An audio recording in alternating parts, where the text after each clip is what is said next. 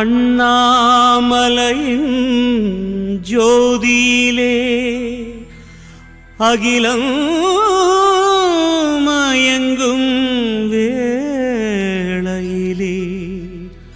அருணாச்சலனே கண் எதிரே. ஹரஹர சிவனின் அண்ணாமலையை கிரிவலம் வந்து பாடிடுவோம். ஒவ்வொரு நாளும் ஒவ்வொரு பொழுதும் அருணாச்சலனை வேண்டிடுவோம்.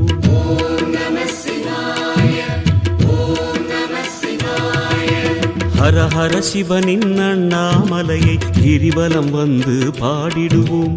ஒவ்வொரு நாளும் ஒவ்வொரு பொழுதும் அருணாச்சலனை வேண்டிடுவோம்.